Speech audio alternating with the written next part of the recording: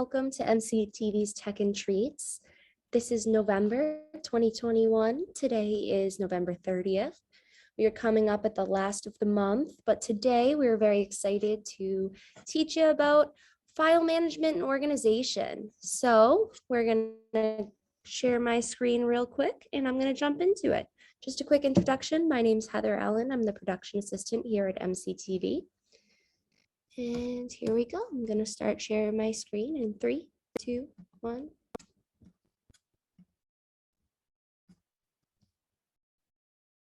So let's start from the beginning here.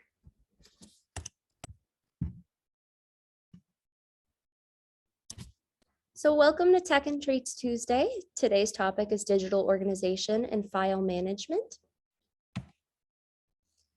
So how does your computer get so cluttered? Digital space is different from physical space. It's wonderful, but the issue is when it's out of sight, it's out of mind. Why is sharing paused? Sorry, 1 second. My sharing has been paused.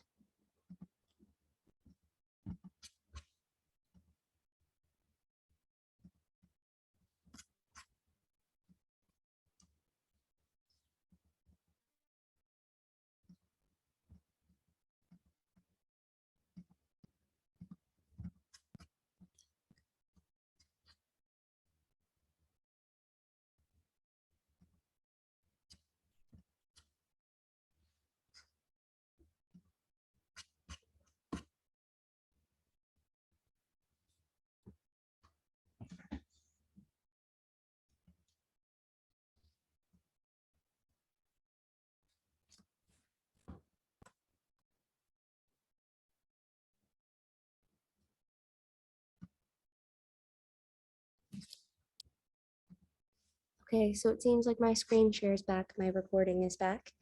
We may have to cut that part out of our final, draft, but let's jump back into it. I'm about to share with you the PowerPoint for file organization and management brought to you by MCTV, here to help you declutter your digital life.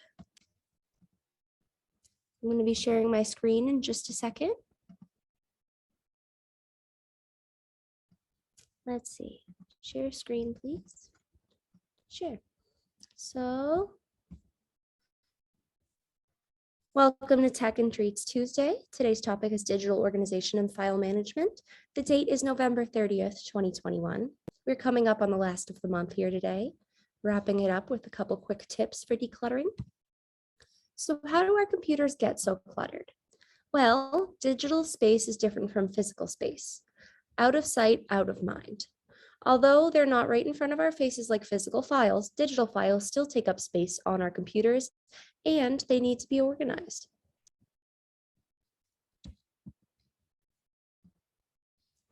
Saving files on a shared computer. This is something you do if you work here a lot at MCTV for your projects. You should know that files should be saved to a personal folder or a profile or space, anything dedicated to your own personal use. Here at MCTV, we use designated edit share storage spaces listed under your name. If you've ever worked here in the studio, I'm sure you've seen this before.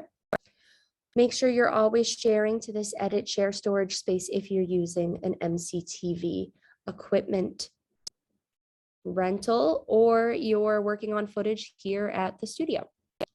So make sure that all of your materials, all photos, graphics, audio, and files that you're going to be using in your project are saved to that storage space.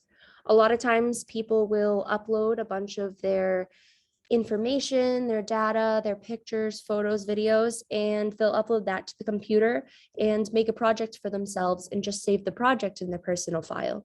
The issue there is that if the computer gets wiped and you lose the photos and such, you won't be able to use them anymore in those project files. So we always want to make sure that all of our building blocks are saved into our profile before we start making anything.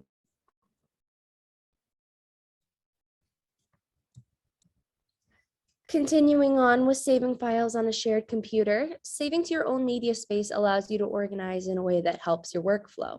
Different people organize in different ways. Some people like to organize by date. Some people like to organize by topic. Some people even organize by alphabetical letters. They go A, B, C, D, E, F, G. And if they're looking for taxes, they go into T. If they're looking for photos, they go in for P. It really depends how your brain works and how the organization works for you. Consider your files your property. So when you're working on a public space, like here at MCTV, you're working with a public computer. Consider it like a public park. You wouldn't leave something you cared about in public for days or weeks and trust that it wouldn't get stolen or thrown away. So why would you leave any files there and expect them not to get stolen, deleted, or thrown away? The best way to ensure the safety of your files is to invest in a flash drive or a hard drive. This way, you know that when you're saving to your own suites, edit shares, anything like that, you can do that, as well as save to an external memory source that you can bring with you from one computer to another, or just to show others or have as a backup. It's always great to have a backup of your information in case anything happens to the project you're working on or the materials you're working with. Ways to organize files. So everybody has a different opinion of what makes the most sense when it comes to organization. Like I said a minute ago, there's a lot of different ways it can be done, and not every way works for every person. There are so many formats and titling structures to choose from. You can decide what makes the most sense for your own personal use. The most important aspect is that you do have some sort of order. So what are the first steps to organization? First, you must make sure that you give a full descriptive name and leave out the abbreviations. We don't want to hear some 21 instead of summer vacation in Maine, August 2021. We want to make sure that if you're putting dates in, you're always doing them the same way. Most people like to put dates first. That's the easiest way to find them. However, some people like to put the month first, then the day, then the year. Other people like to start with the year. So it very much depends on your own preference, but you want to try to stick to one way of organization. Or one way of organization. So make sure it's being saved and sent to the correct location. Make sure you know what folder it's going to go into. Check before you save that this folder already exists. If it doesn't, you're going to need to make it. You don't want your file being saved in a random place where you won't be able to find it again. You might need to remember if that folder that you want to save it in is filed into another folder. These things will help you find your products easier. They will help you work with projects easier. And it helps you get to know the structure of how files and folders work, that they really can be stacked up inside each other. So what are some ways to label folders? Like I said, some people like to use a date, so a year or a month range. You could say, this folder is for everything 2021. You could say this folder is for January 2021 through June 2021. You could organize by media type. You could have an audio folder, a graphics folder, a video files folder, etc. You could organize by topic, whether you're an investigative news reporter or you're just really interested in history. You could organize by things like news, interviews, art, notes, quotes, things like that. You can organize by event. If you film lots of events, or you just film or take pictures for events for family. Christmas 2021, that's easy enough. Or if you like to put the date first, like I said, 2021 Christmas. Then you would also have 2021 Thanksgiving, 2021 Halloween. You would follow this pattern down so that anytime you type in 2021, you'll see it all. So you want to make sure, like I said before, that you're adding a descriptive name for each. We don't want abbreviations. So maybe you might want to title something Senior Speech at Veterans Event instead of just Speech in Park. Or Carla's Cooking Show Episode 4 instead of just Cooking Show. Because how many files are you going to have for Cooking Show just labeled Cooking Show if you just label them all that way? I'm sure Carla's going to have a lot of episodes, a lot of clips, and a lot of projects to deal with. So just to go off how folders work, like I said before, you can store them inside each other with different details pertaining to what is filed under each. So let's say I'm looking for my own MCTVU projects. I teach how to work the 405 in our program for teaching how cameras and different equipment work. I'm currently working on a project for the XF 405 that'll come out soon. So if I wanted to look into that footage, I could go into MCTV's all staff shared. Then I see all of these folders here. From here, I would choose project and events. Inside this folder, there's even more folders. Here I would choose MCTVU, and just like up here in 2020 Community Christmas, there is going to be yet again more folders. So I don't want to overwhelm anybody at this point, but we will dive a bit deeper into how folders work. So organizing files in a folder. We're going to start with Carla's Cooking Show episode 4 as our example. Now, obviously, this is not a real project. This is just something we've made up for example ideas, but you'll get a good understanding of what I mean by using a basic structure this way. So anything related to the cooking show, anything related to the episode, anything related to the credits, intro, anything at all will go into this one folder. Then inside this folder, you might have 4 more folders. All of these small groups are divisions for your files and your videos. Consider how this says episode 4. This means there's probably an episode 1, 2, and 3, right? So that means that Carla's Cooking Show episode 4 might not be the main folder. You see, Carla's Cooking Show episode probably inside another folder's cooking show. This may seem a little confusing at first, but once you realize that it's very much a ranch out division system of organization, you might be able to your advantage. So organizing files in a folder continued. Like I said, you can divide inside your folder to help organize what materials connect with each other. Here I've divided clips, recipe images, graphics, and music as things that Carla may need to use for her show that we may need to edit together. Within these folders, there may be even more divisions. So let's pretend I'm clicking on clips. We're now inside the folder clips, and we have 3 more folders. Now this pertains to the clips themselves, whether or not the clips were used in the final project, if they were left unused in the final project, or if we might be saving them as bloopers. Here's a little diagram I've put together just to show you how the tree structure works. I know we've seen it laid out horizontally already with the labels of the names, but I just wanted to give an example of how it looks. We have Carla's Cooking Show here up at the top, the first big folder. This would have episode 1, episode 2, episode 3, episode 4, all different folders. And then within those folders, we get our divisions, as we said before. So let's start with the folder that we began with, which is this one right here in the middle, Carla's Cooking Show episode 4. Within that folder, like we said, we had clips, recipe images, graphics, and music. And then once I clicked on clips, we saw some even more divisions: unused clips, used clips, and bloopers. Hopefully this diagram gives you a little bit better understanding how it all works and how it all flows together. So a few more tips for labeling folders. If you're writing the date, as I mentioned before, stay consistent.